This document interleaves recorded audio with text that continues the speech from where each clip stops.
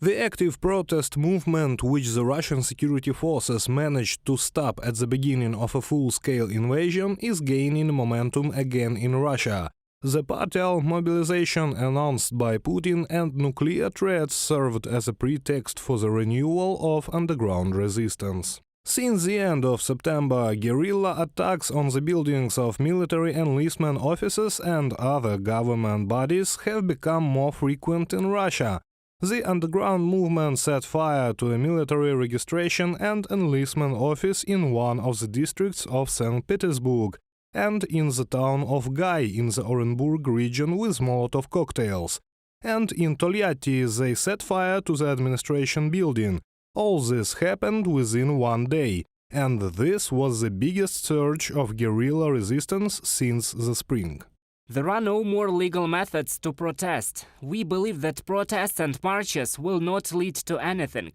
The only anti-Putin opposition in Russia today is the underground, the guerrilla movement. Burning down one recruiting office is equivalent to 10 processions. Derailing a train with military equipment is equivalent to 100. Representatives of the movement Rus partisans in an interview with the program So Be It on Belsat TV. This struggle is taking place practically all over Russia. More than 80 freight trains have been derailed. And this is the work of the guerrilla movement. Its activists cite figures in their Telegram channels. One freight train has an average of 75 wagons, which means that over 6,000 wagons were stopped and a significant number of them derailed. As a result, the damage inflicted on Russia is 18 billion rubles. For this money, it was possible to produce 500,000 Kalashnikov assault rifles, or 85 T-72 tanks, or almost 40 caliber cruise missiles. Now we believe that guerrilla activity is shifting to targeted attacks. Arson attacks have begun on the property of politicians and public figures who supported the war, accomplices of the regime. Representatives of the movement Rus partisans in an interview with the program So Be It on Belsat TV.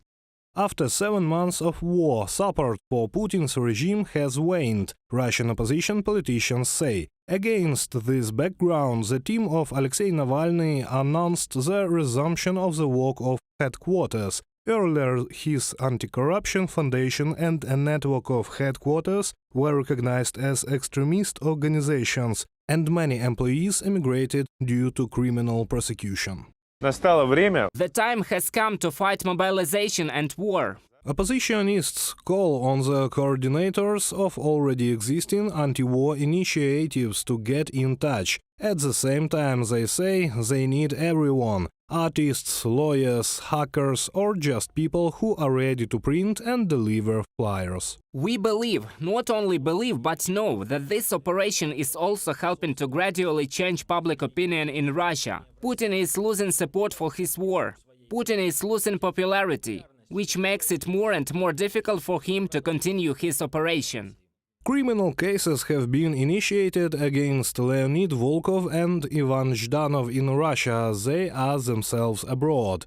Alexei Navalny is serving a term in a strict regime colony in the Vladimir region, and cooperation with headquarters can be regarded under Russian law as participation in an extremist organization.